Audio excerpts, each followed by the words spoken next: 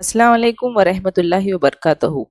बच्चों, हम पंचम स्कॉलरशिप के पेपर सॉल्यूशन देख रहे हैं।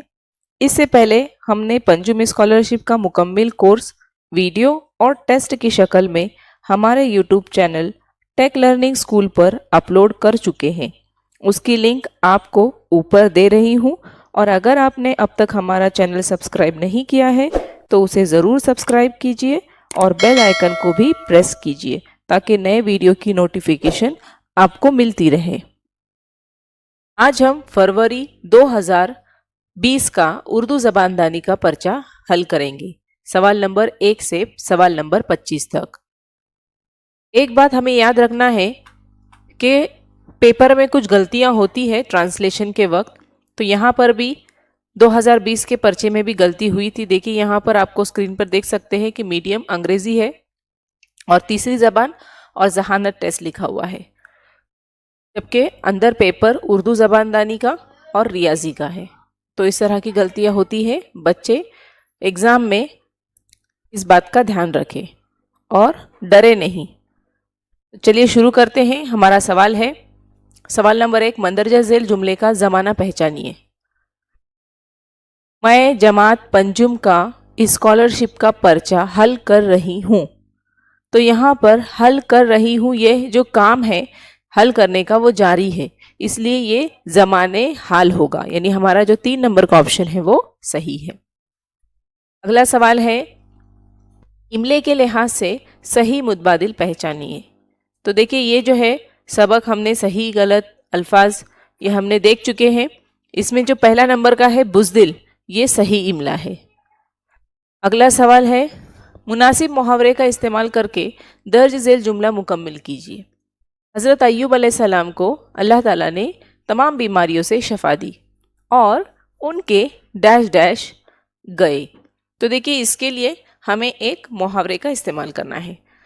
नाता तोड़ना, गम के बादल छटना, मर्ज लाहक होना, गिरा खुल जाना।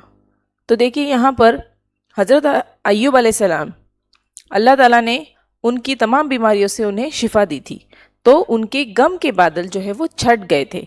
इसलिए जो 2 नंबर का ऑप्शन है इस जुमले के लिए सही मुहावरा है, इसलिए 2 नंबर का ऑप्शन हमारा सही है। अगला सवाल, तेल की कहावत मुकम्मल कीजिए। आम के आम डैश डैश, ये बहुत ही आसान है। आम के आम गुठलियों के दाम, यानी 4 नंबर का ऑप्शन हमारा सही है। अगला सवाल है, फ़कीर के रहने की जगह को क्या कहते हैं।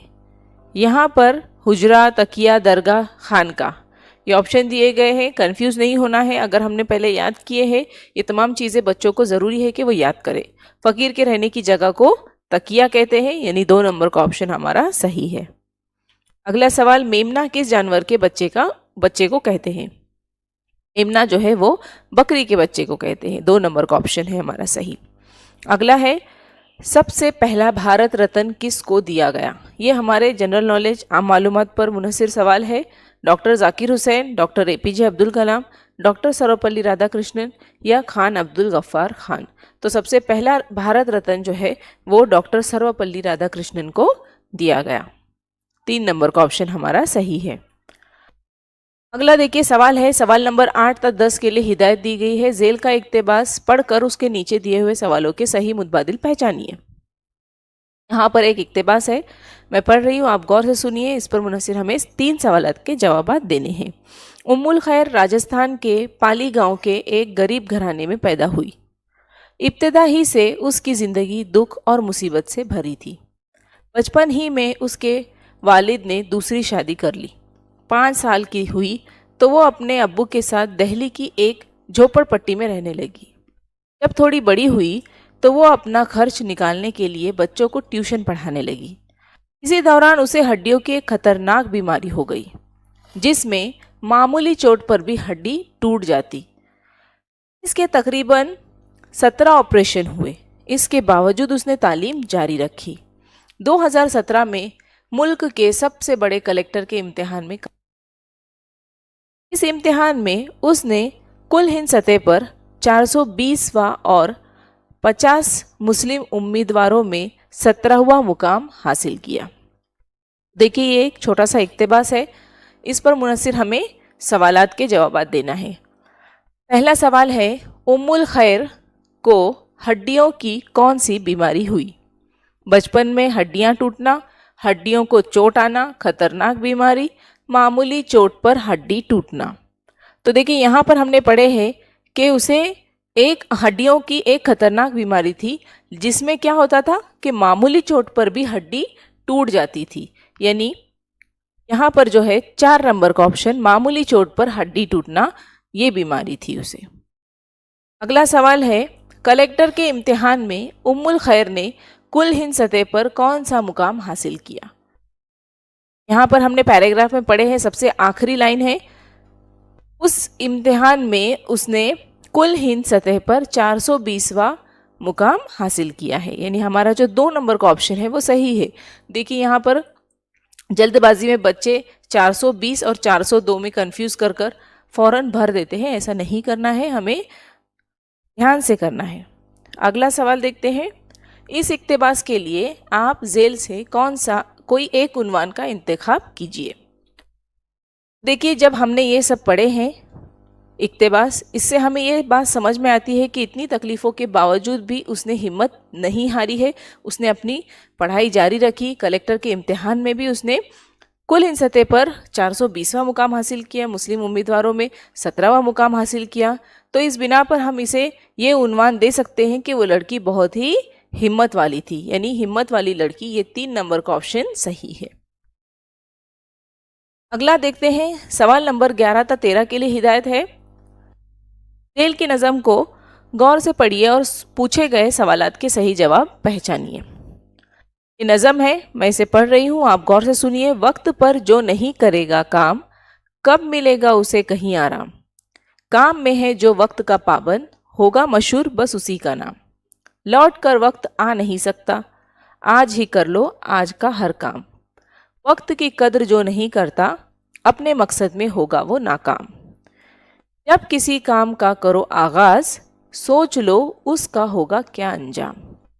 लिखते पढ़ते में जो करे गफलत, खून रोएगा फिर वो सुबह व शाम। इत्तेफाक इत्तेहाद मेल व मिलाप, इससे कायम है दो जहां का निज़ाम। इस नसीहत पे जो करेगा अमल, उसको शबनम मिलेगा लुत्फ़े दवाम। देखिए एक नज़म थी, इस पर मुनस्सिर पहला सवाल है 11 नंबर का सवाल, कौन लौटकर दोबारा नहीं आता। यहाँ पर ऑप्शन है काम, आराम, सुबह व शाम या वक्त। अभी हमने यहाँ पर पढ़े हैं कि लौट कर वक्त आ नहीं सकता, तो यहाँ पर जो हमारा जो 4 नंबर का ऑप्शन है वक्त, वो सही है। अगला सवाल देखते हैं, किसी काम को शुरू करने से पहले क्या सोचना चाहिए? उसका अंजाम क्या होगा, उसकी नोयत क्या होगी, उसका फ़ायदा कितना होगा, उसे कितना वक्त दरकार होगा।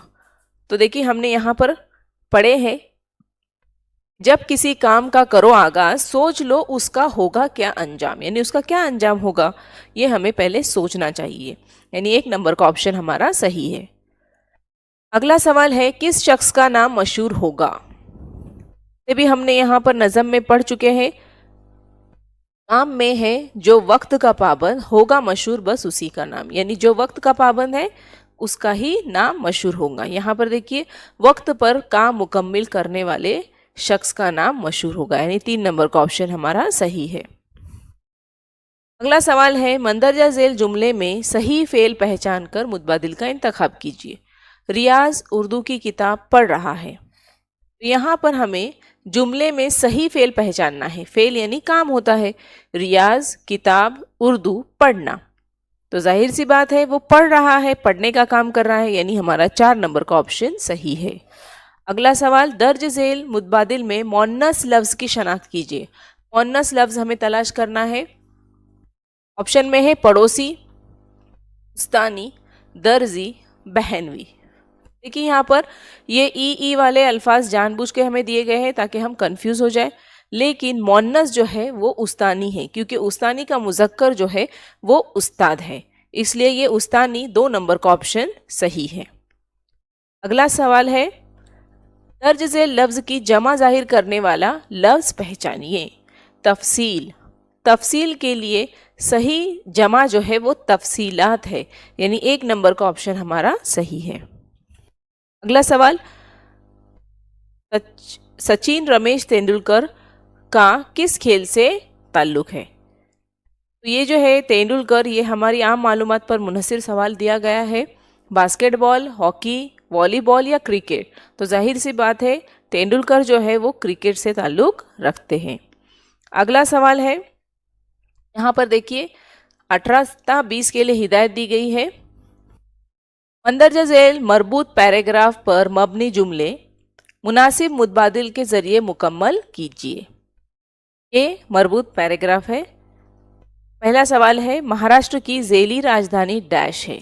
तो देखिए हमें राजधानी और झेली राजधानी में कंफ्यूज नहीं होना है। हमारी महाराष्ट्र की राजधानी मुंबई है, लेकिन झेली राजधानी नागपुर है, यानी हमारा जो 2 नंबर का ऑप्शन है वो सही है।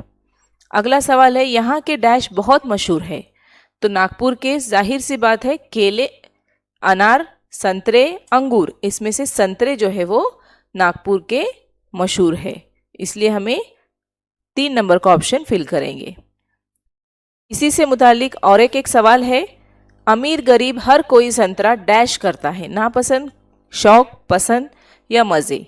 तो जाहिर सी बात है हमें जुमला मुकम्मल करना है सही तरीके से, तो अमीर गरीब हर कोई संतरा पसंद करता है, यानी 3 नंबर का ऑप्शन सही है। अगला सवाल है, मुज्जात अल्फाज की जोड़ियों में से गलत जोड़ी पहचानिए। तो यहाँ पर 4 मुज्जात अल्फाज की जोड़ियाँ दी गई है, उसमें से एक जोड़ी गलत है, वो हमें तलाश करना है। पहला है शब रात, शाह गदा, गुलाम आका, दिन रात। तो देखिए यहाँ पर दिन और रात ये सही जोड़ी है, जबकि रात और शब ये जो है हम मानी अल्फाज है, इसलिए ये 1 नंबर का ऑप्शन ये जो है गलत जोड़ी वाला ऑप्शन है, ये हम इसे फिल करेंगे क्योंकि हमें गलत जोड़ी पूछा गया है। अगला सवाल है, तरन्नुम टेलीविज़न पर कार्टून देखती है? मंदरजा बाला जुमले में खतकशीदा लफ्ज़ के लिए उर्दू लफ्ज़ का सही मुतबादिल पहचानिए। तो देखिए यहाँ पर हमें इम्तिहान के पर्चे में अंडरलाइन किया ही नहीं गया था, खत खींचा ही नहीं गया था, तो हम इसका जवाब भी नहीं दे सकते। अगला देखते हैं सवाल, तेल में दिए गए मुतबादिल का इस्तेमाल करके मुअम्मा हल कीजिए। यहाँ पर एक ऐसा लफ्ज़ इस्तेमाल करना है कि जिससे ये 4 जो है वो बामानी अल्फाज बने। यहाँ पर ना अगर लगाएंगे हम तो ना मुराद, नाकाम, ना लायक, नादान, इस तरह से ये जो साबिक़े लाहिक़े है उस पर मुनहसिर ये सवालत है। ये वाला ना जो है 1 नंबर का ऑप्शन सही है। अगला सवाल देखते हैं, अक्लमंद इस मुरक्कब लफ्ज़ को 4 तरीक़ों से जुदा करके लिखा गया है, ऐसे जो तरीका सही है उसका मुतबादिल पहचानिए। तो देखिए इस तरह से जो मुरक्कब लफ्ज़ है उनका तरीका इम्तिहान में आता ही है, तो आप इस पर मेहनत करें। यहाँ पर देखिए 2 मुफर्रद अल्फाज को मिलाकर मुरक्कब लफ्ज़ बनाया गया है, लेकिन कौन सा तरीका सही है ये हमें तलाश करना है। और यहाँ पर अकल जमा मन ये जो पहला है वो बिल्कुल सही है, इसलिए हम 1 नंबर का ऑप्शन फिल करेंगे। आखिरी सवाल है हमारे इस पर्चे का, मलिया मेट इस लफ्ज़ का हम मानी लफ्ज़ पहचानी। हम मानी यानी एक जैसी, उसी मतलब का। तो यहाँ पर मिला देना, ख़त्म होना, मिट्टी में तब्दील होना, मिट्टी हो जाना। तो यहाँ पर थोड़े से ऐसे ऑप्शन दिए गए हैं कि जिससे बच्चा कंफ्यूज हो, लेकिन हमें कंफ्यूज नहीं होना है।